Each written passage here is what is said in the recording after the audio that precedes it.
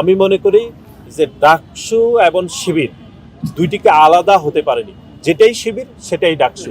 বিক্ষোভ মিছিল করেছে যে ইরানে হামলার প্রতিবাদে, এটি তারা করতেই পারে, কিন্তু সেখানে অত্যন্ত দুর্ভাগ্যজনকভাবে আমরা লক্ষ্য করলাম যে সেখানে স্লোগান উঠেছে, ইরানে হামলা কেন, তারেক জিয়া জবাব চাই, এরকম স্লোগান দিয়েছিল।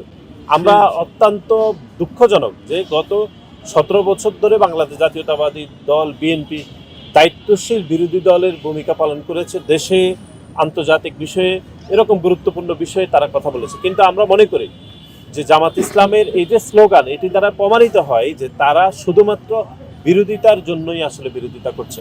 এখন আপনি খেয়াল করবেন যে আমাদের জনাব তারেক রহমান বাংলাদেশ জাতীয়তাবাদী দল বিএনপি যখন ভোটে বিজয় লাভ করেছে, তারপরে বিরোধী দলীয় নেতাদের সাথে উনি দেখা করেছেন এবং গতকালের আগের দিনে তিনি জামাত ইসলামের ইফতারে অংশগ্রহণ করেছেন।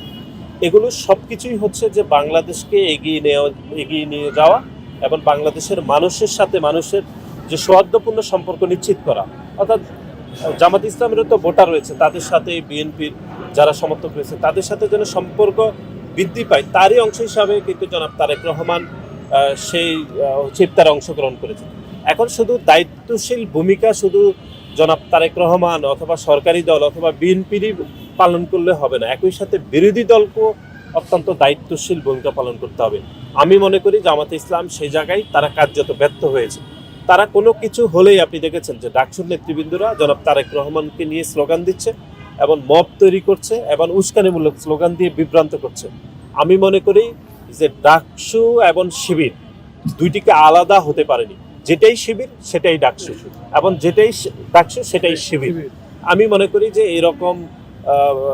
এরকম প্রশ্নবিদ্ধ আচরণ, এটি আমি মনে করি ডাকসুর ভূমিকাকে চরমভাবে ক্ষুণ্ণ করেছে এবং ঢাকা বিশ্ববিদ্যালয়ের শিক্ষার্থীরা যে আশা আকাঙ্ক্ষাকে নিয়ে ডাকসুরকে ভোট দিয়েছে বর্তমান নেতৃত্ব, যদিও এটা নিয়ে ব্যাপক বিতর্ক রয়েছে, আমি তারপরও মনে করি যে ডাকসু এবং শিবির এটি আলাদা প্ল্যাটফর্ম হওয়া উচিত এবং জামাত ইসলাম যে স্লোগান গতকাল দিয়েছে তাদের আরও দায়িত্বশীল ভূমিকা পালন করা উচিত এবং কার্যত বিরোধী দল হিসাবে তাদের যে দেশের প্রতি, দেশের মানুষের প্রতি, স্বাধীনতা সার্বভৌমত্বের প্রতি যে শ্রদ্ধাবোধ দেখানো উচিত, সেটিকে আরও গুরুত্ব আরোপ করা উচিত বলে আমরা মনে করি।